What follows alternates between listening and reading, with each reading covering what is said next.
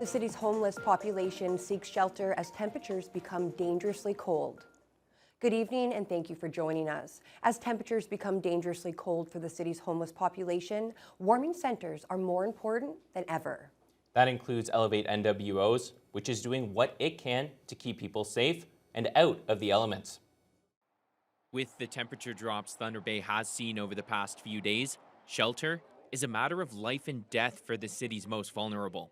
I'm outside all the time, and it's nice to see that the boys can come in and get warm and have something put in their stomach.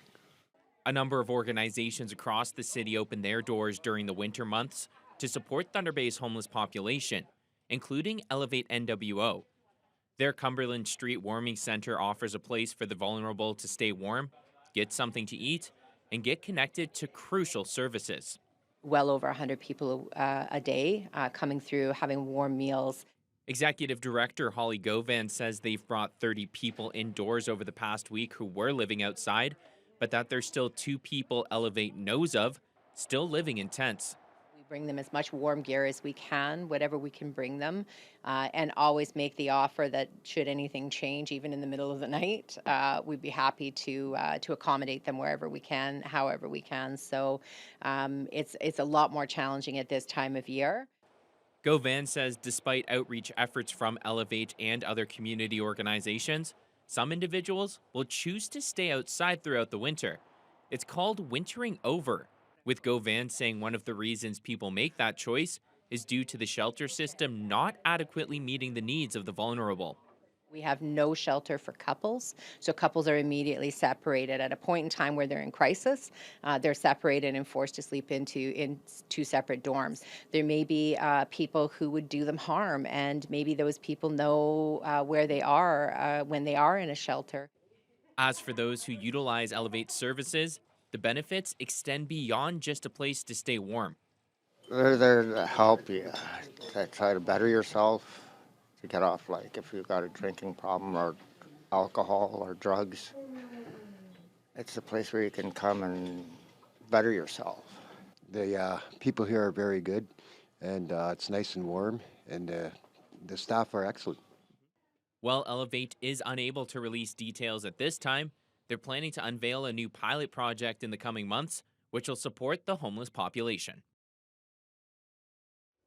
It's all hands on deck in the aftermath of the Terrace Bay mill shutdown. That's according to Thunder Bay Superior North MPP Lise Vaugeois, who says supporting laid-off workers and finding long-term solutions for the pulp mill are urgent priorities. Lee Noonan has more. The new year got off to a rough start on the North Shore as AV Terrace Bay announced on January 2nd they were laying off 400 workers and indefinitely idling the pulp mill. In addition to the layoffs at the mill, Thunder Bay Superior North MPP Lise Vaugeois estimates there could be as many as 1,000 indirect jobs affected. It's the primary economic engine, anchor for that community and really for many communities along the North Shore. It also affects people on Highway 11 who would be doing cutting, chipping, delivering, and so on. Many business owners in Terrace Bay say they're expecting lean times as laid-off workers cut back on their spending. Gino LeBlanc, former mill manager and town councillor, now manages the local grocery store. He's predicting all businesses in Terrace Bay will feel the pinch. Certainly the profit goes down, and the less groceries we sell, the harder it is to keep the prices down. And less people we will require here at the store, right? It's a big snowball. The snowball effect takes place. The longer the shutdown lasts, the harder businesses and residents will be hit, says LeBlanc. Getting the mill back up and running as soon as possible is the goal for political leaders at every level. According to Vaugeois, that might take some creative thinking. What are the long-term solutions? Is this mill viable? What we do know that the product is viable. It's needed. It's craft paper. It's cardboard. We need to be looking at what are the options. Is it possible to have a worker buyout? I don't know, but it's something that's been done in the past. It was done in Kapuskasing in the 90s and was very successful. In the meantime, Vaugeois says she's working to help set up support services for laid-off workers alongside the mayors of Terrace Bay and Schreiber. The the North Superior Workforce Planning Board, and local unions. Our goal is to assist our members in any way possible, just to ensure a smooth transition. We're currently working with Service Canada to come down and set up an information session along with helping members file. To the workers, I just want to say to all of our union brothers and sisters, stay strong, help each other out. We're here for you. We're all in this together. Lee Noonan, TBT News. 3 communities in the Northwest will be losing passenger air service from Bearskin Airlines as of May 11th. Dryden, Kenora, and Fort Francis received the grim news from Winnipeg-based Perimeter Air, which owns Bearskin. Dryden Mayor Jack Harrison says the loss will hit his community hard. We'll be closing their scheduled air service beginning in May, so we'll lose our only scheduled air passenger service coming on the Dryden. That's disappointing news to begin with 2024. In a statement, Perimeter Air blamed the pandemic for a major decline in flight demand and says passenger numbers in Dryden, Kenora, and Fort Francis haven't rebounded. Bearskin will continue to fly to and from Sioux Lookout, Red Lake, and Thunder Bay. Harrison expects they will work with Kenora and Fort Francis to try and attract an alternate carrier. He thinks Bearskin's rising prices may have impacted passenger numbers, which then led to the decision. But there were other factors after COVID. We're seeing part of the economy hitting Dryden and the effects of using Zoom like we see now, probably less travel for government. But I think it's still very important for our city, especially as we want to grow and prosper. New businesses coming into Dryden who like to fly in and out to save the 4-hour drive to a major airport. So I think it's important for us to work hard to try to reinstate this service come spring. Harrison says the Bearskin announcement will be a key topic of discussion at the upcoming gathering of the Rural Ontario Municipal Association, which starts on Sunday. Crucial meetings this week will decide whether hundreds of City of Thunder Bay employees go on strike. A provincially appointed conciliator will meet with bargaining teams from the city and CUPE between Wednesday and Friday. The union's collective agreement expired a year ago. CUPE Local 87 represents nearly 600 city workers responsible for a variety of duties. That includes snow clearing, garbage collection, sewer and water maintenance, and more. Union President Derek Fournier says their members are only trying to keep up with rising costs and recognizes the citywide challenges that would come with a strike. No doubt it would be a big impact on the community. We want to try at all costs to avoid that impact. We don't want to put anybody in any situations where they have to suffer any hardships. I think they just need to give us a fair deal and put something on the table that we can work with, get rid of concessions, and give the workers that work for the City of Thunder Bay the money that they deserve and the benefits that they deserve. The union's last major strike was in 1998 and lasted 91 days. City Manager Norm Gale provided a statement regarding the negotiation, saying, quote, "The parties continue to work towards a negotiated settlement, and we will work together with the conciliator appointed by the Minister of Labour." Paramedics in the Thunder Bay District will soon be using a new dispatch system. The updated system will change how calls are prioritized, sending resources where they're needed most and improving response times for the most serious emergencies. Lee Noonan has the details. Superior North EMS will be switching over to the new medical priority dispatch system at 1 a.m. on January 24th. The change has been years in the making, and EMS Chief Shane Muir is excited to finally say goodbye to a system he calls antiquated. Now we're switching to a system that's got better open-ended questions. It gives the emergency medical dispatchers the ability to really gather better information to prioritize our resources and send the most appropriate unit out to the most appropriate call at the right time. The goal is to triage calls and make sure there's an ambulance available and response times are faster for the most serious emergencies. Muir says the current system was designed to minimize liability and miscategorized 2/3 of all calls as lights and sirens emergencies when a less urgent response would have been appropriate. How this is really going to help us going forward is to disperse our resources more appropriately, have the best unit respond to the most appropriate calls, having our ACPs go to those critical type calls, and really try to prevent our ambulances from being stacked up on offload delay with low acuity patients. Under the new system, there are 5 color-coded levels of prioritization. Muir explains the highest priority code purple calls might be a non-responsive or unconscious patient, while the lowest priority code green calls could be as simple as a stubbed toe. He says the lowest priority calls can be delayed up to 4 hours. If somebody does happen to wait at home, and that won't happen with all calls and all circumstances, but if that is the case, the dispatchers will be following up more frequently,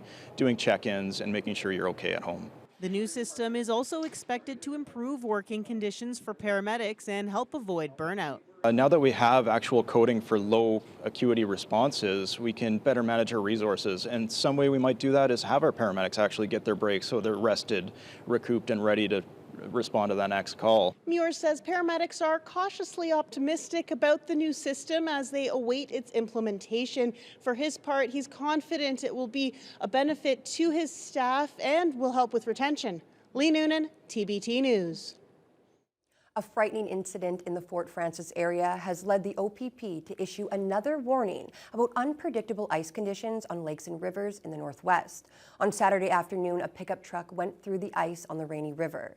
The vehicle was being used to clear a path to an ice fishing hunt when the ice collapsed. Within a matter of minutes, the truck was fully submerged. Fortunately, the driver escaped in time. OPP say anyone venturing onto ice should check conditions ahead of time and should always let someone know the planned route and expected time of return.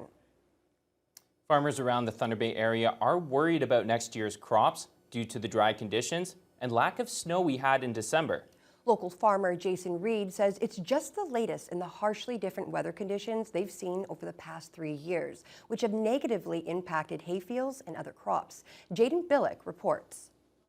Untimely small rains at the wrong time made for a challenge to harvest some of it, so the quality maybe isn't there on the hay, but corn silage is able to make up for it. A real tough fall for grain harvest. Farmers like Jason Reed would describe this past season as quality but lack of quantity for their crops. Agricultural businesses like Reed's are still feeling the fallout from about 3 years ago during the drought we experienced when they were down to about a third or less of their crops. Farmers aim to carry over their feed from one season to next, but most farms across the Thunder Bay area haven't been able to recover just yet. Without it being dried down, we can't put it into long-term storage. So it's been a real challenge, and it's real disheartening to be able to say we grew a crop, we've survived through the year and got a really decent crop sitting out there and not able to get it harvested. With no moisture accumulation and foggy conditions in the air through September and October, grain crops such as barley, wheat, and grain had a difficult time being harvested and stored for the winter.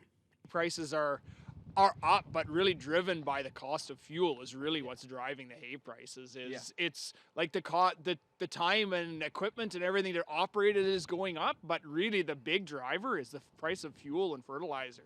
Reed and other farmers are now very worried that the dry start to the winter will have a severe impact on their hay fields and other crops this summer.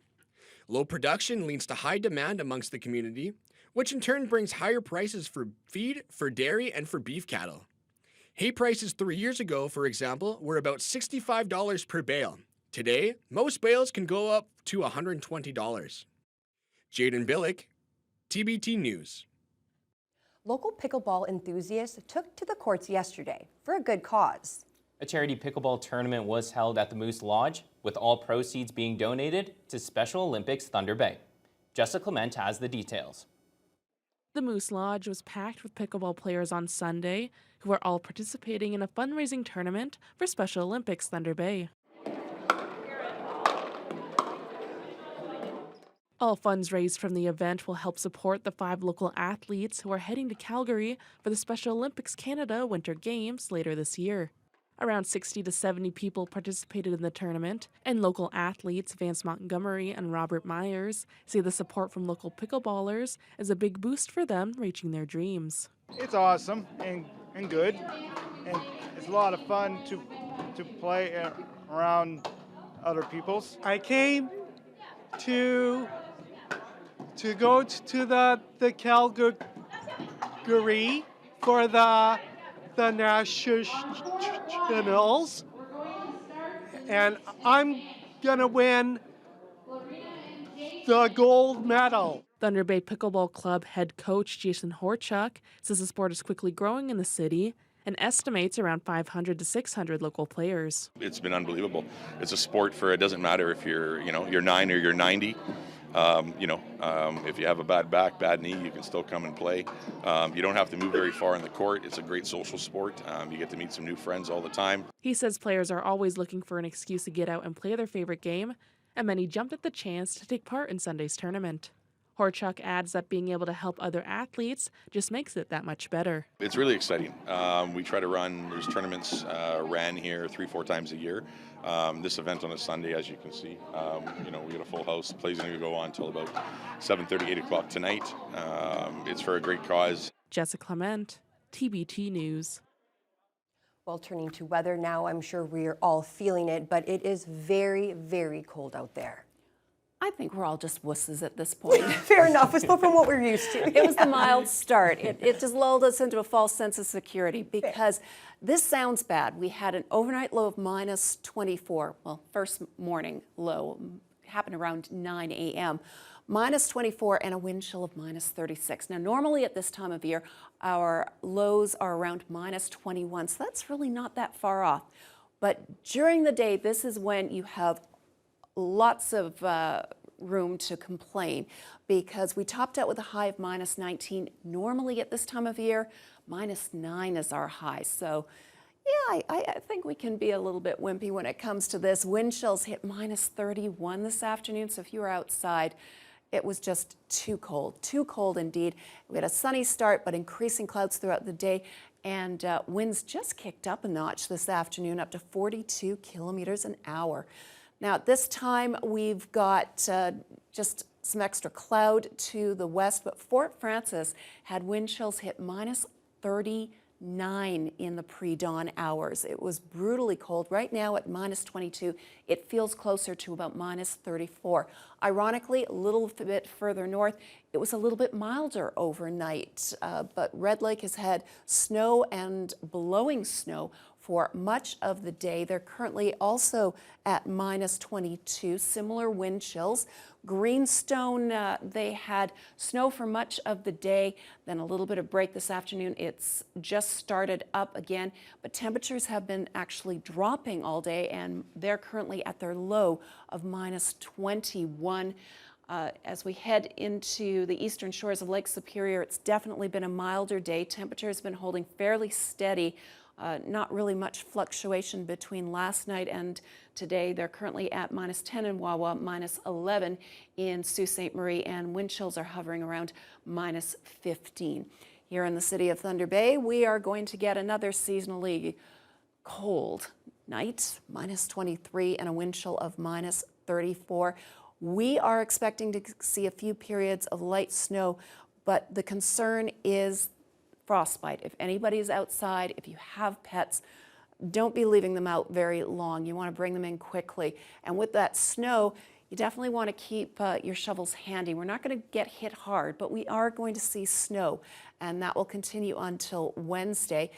Then the second half of the week, looking fairly dry. Unfortunately, it will continue to be very cold, and I'll have more details on that later on in the news hour, but unfortunately, I don't have any good news for a warm-up. Oh.